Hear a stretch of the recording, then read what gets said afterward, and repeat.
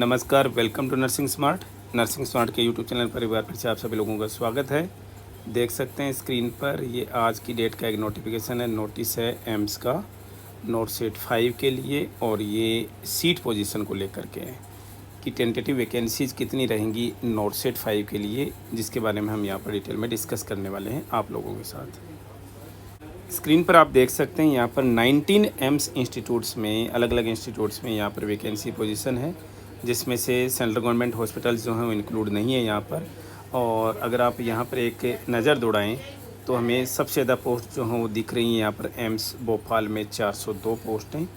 बड़े नंबर में एम्स भुवनेश्वर में भी 373 पोस्ट हैं।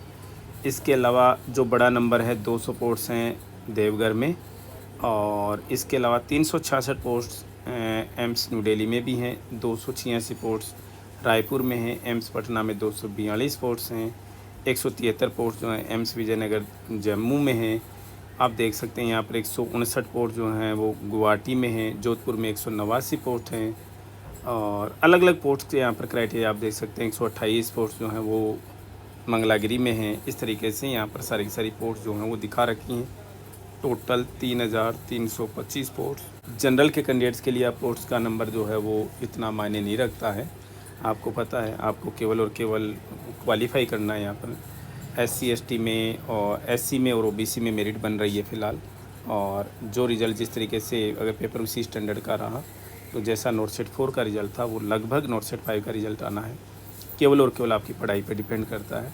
हम बार बार कहते हैं धीमे धीमे स्टडी करो। हर एक स्टूडेंट की आदत बन गई है कि मुझे एक दिन के अंदर सब कुछ स्टडी कर लेना है, और उस एक दिन में या सब कुछ स्टडी कर लेने के चक्कर में उसको कुछ भी नहीं दिमाग में रहता है, ये समझ लीजिए, और वो चीज़ें वो लास्ट तक परेशान करती हैं। आप जनरली अगर आप, मुझे जहाँ तक लगता है, बहुत ही मतलब गाँव के बैकग्राउंड से आते हैं बच्चे, और उनमें से काफ़ी बच्चे ऐसे होंगे जिनके पेरेंट्स ने कभी स्कूल नहीं देखा होगा, ठीक है ना। तो मैं ये इलिटरेट वर्ड वगैरह जो है ना गलत हैं, ये किसी के लिए अनपढ़ शब्द यूज़ करना, इलिटरेट शब्द यूज़ करना गलत है। मैं रीज़न बताता हूँ। ऐसे बच्चे जिनके पेरेंट्स ने कभी स्कूल नहीं देखा होगा, जिनके दादा दादी भी होंगे, मैं उस फेज़ की बात कर रहा हूँ, जिनका बर्थ जो है वो मीन्स से 60 के पहले का है, वो होंगे आपके घरों में कोई ना कोई, ठीक है।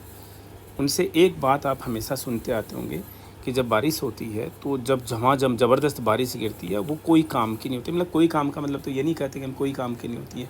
वो बारिश का जो पानी है वो वाटर टेबल को बढ़ाने, ग्राउंड वाटर टेबल को बढ़ाने के लिए कुछ भी काम में नहीं आता, क्योंकि वो जल्दी से बारिश गिर के 15 मिनट के अंदर सलट जाती है, पानी बह जाता है। लेकिन जो सावन की जो झड़ी लगती है ना, वो ड्रिजलिंग जो होती है, बूंदाबांदी तो नहीं कहेंगे हम उसको, झड़ जो लगती है, वो झड़ी जो है वो सावन की झड़ी लगी, आज फिर से सावन की झड़ी है, ठीक है ना। गाना सुना होगा आपने बॉलीवुड फिल्मों का।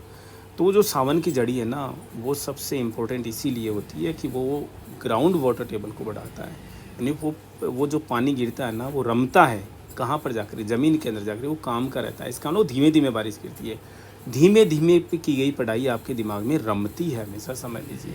हम इस पर एक डिटेल वीडियो लेके आएंगे चंद्रयान 3 को लेकर के, ताकि आप लोग इन चीज़ों को समझ सकों कि स्लो एंड स्टडी का क्या उनका फास्ट स्टडी से क्या डिफरेंस है, कौन सी चीज़ें आपके दिमाग में रिटेन करती हैं, ठीक है, और कौन सी चीज़ें आपके दिमाग में आज पढ़ी आपने 3 दिन बाद में वापस निकल जाती हैं। बहुत इंपॉर्टेंट चीज़ें हैं, समझने की कोशिश कीजिए। टाइम है, अदरवाइज ये टाइम है 6 महीने करके ऐसे ही निकलते चला जाएगा और हाथ में कुछ भी नहीं आएगा।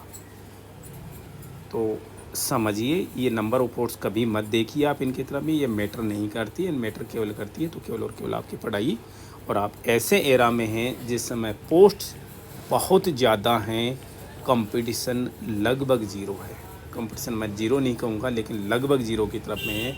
आप उस एरा में हैं। रिज़ल्ट इसलिए नहीं आ रहा कि आपकी पढ़ाई जिस तरीके से होनी चाहिए हो ही नहीं पा रही है आपकी, अदरवाइज़ रिज़ल्ट लाना मुश्किल काम नहीं है। सेशन में इतना ही, मिलेंगे वेरी नेक्स्ट अपडेट के साथ।